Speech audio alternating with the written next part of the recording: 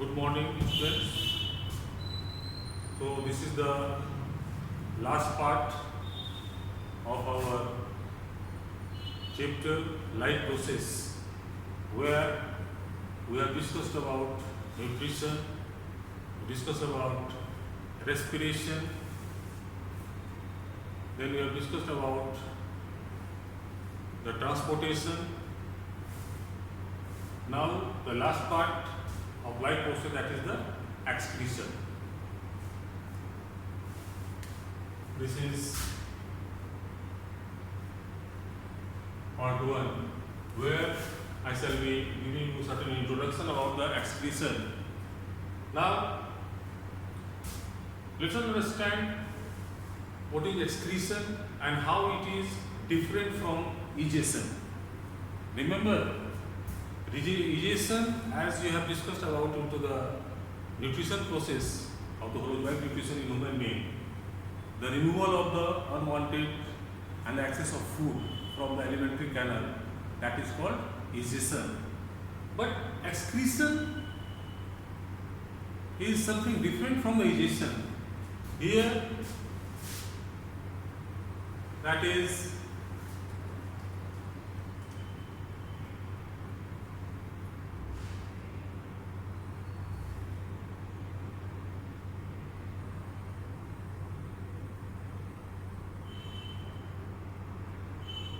your metabolites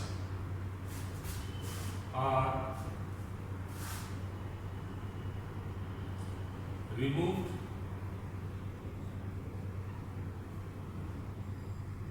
from the system in the form of gas or urine. Urine may be in the form of liquid, in the solid urine also there in some of the animals, what we will discuss in this chapter later on. So now, metabolites, what are these? So let us first understand what are the metabolites and how or why they are needed to be removed from the system. Remember,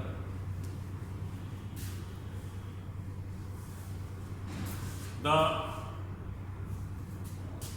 metabolic process,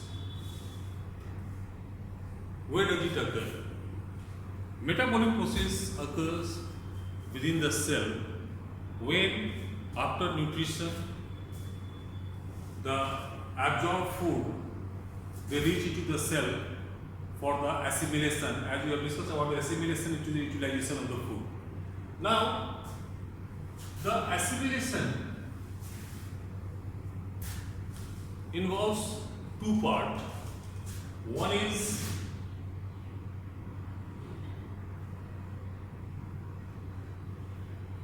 catabolism and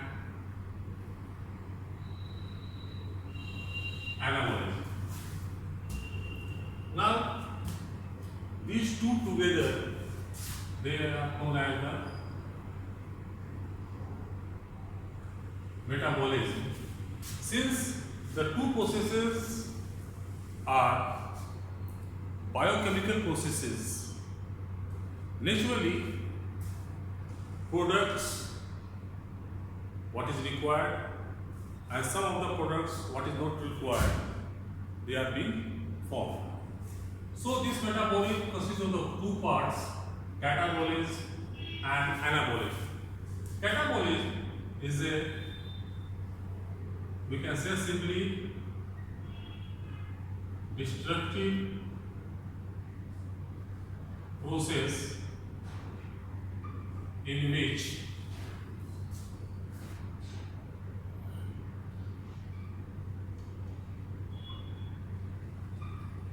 carbohydrates, fats, and sometimes proteins, when there is the deficiency of these two in our food, they are oxidized with the oxygen what we taken due to the respiration, and they give away CO2 plus water plus energy. Now, this energy, the objectivity of the catabolism is to obtain this energy basically, and this energy is needed to carry on the various life processes. Now here, what we find, these two things, when these are being formed, even the water in excess, that is not required by us, rather by the cells, they will have only the required amount of water which is essential to carry out the biochemical reactions, and carbon dioxide not at all required, which is needed to be removed from the body. So this is one aspect of the catabolic. While in the process of anabolic, what happens during the digestive process, the proteins digested to the amino acids, these amino acids are carried to the various cells, and inside the cells, these amino acids, they again undergo polymerization to form required types of the proteins, because in our body different kinds of proteins are required, which are being synthesized in our body by the amino acids what we take in, and some amino acids that are formed into our body as well. So this anabolism, this is a synthetic process. This is a synthetic process. So when these amino acids, they give required proteins, and amino acids are having the amino group attached to them, what you will learn during the study of the organic chemistry. And while polymerizing, these nitrogenous substance that come out, and ultimately that turns into ammonia.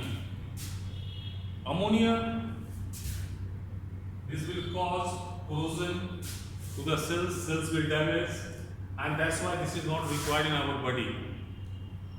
So naturally, so this ammonia is needed to be removed from our body, and this nitrogenous, simply we can call it now nitrogenous substance. These nitrogenous substance, how they will be removed from the body? That will depend upon the different organisms living into the different conditions. Like those animals, especially the aquatic ones, they will give away in the form of ammonia itself, while some of the animals we don't consume water, they will give away in the form of uric acid, and those animals who take the moderate amount of water, they will give away these kinds of substances in the form of urea, like human being. So we will remove this one in the form of urea, and this urea is formed with the CO2 and NH3 combination, and that is taking place inside our body in order to just get rid of this nitrogen substance. Now, this is one of the major things that we need to remove from our body. Now, apart from this ammonia or the nitrogen substance, many more metabolic products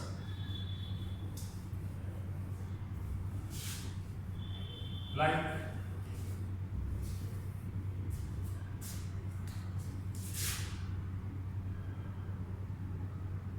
minerals in the form of salts when they are in excess. Obviously, remember that is the excess quantity. Whatever excess quantity is there, that is being removed. Then hormones, after their function, they are needed to be removed from our body. Then excess of water. In fact, our body or body of any living being cannot hold substances even useful in the quantities more than the required. So whatever excess quantities of the substances like minerals or the salts are there in our day-to-day food, even the excess of water, that cannot be held by our body and that has to be removed from our body. So simply, excretion means the removal of the metabolites and the excess of salts, hormones and the water from our body in the form of urine, that is called excretion. So now, to understand the mechanism of excretion, we will first understand, before prior to that, as I told you, that protein anabolism that gives away ultimately ammonia. This ammonia is highly dangerous. Less dangerous is uric acid, which is insoluble in water, and next is urea, which is soluble in water. So in fact, the animals like human beings, they get rid of these nitrogenous substances in the form of urea into the soluble form. You must have heard about one disease, what is known as the gout, where uric acid crystals, they deposit in between the different joints, and that cause lot of pain and the movement gets restricted. So those people basically don't consume a large amount of water, and only we can get rid in the form of urea. So large amount of water, if it is being taken, so that will enhance the formation of urea from the uric acid, which is to the soluble form, and we can get rid of this nitrogenous waste. So major part of the excretory product, that is the nitrogenous waste, that is the urea. So what is the mechanism,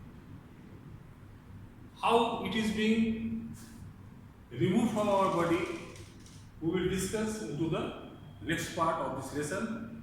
So thank you for today.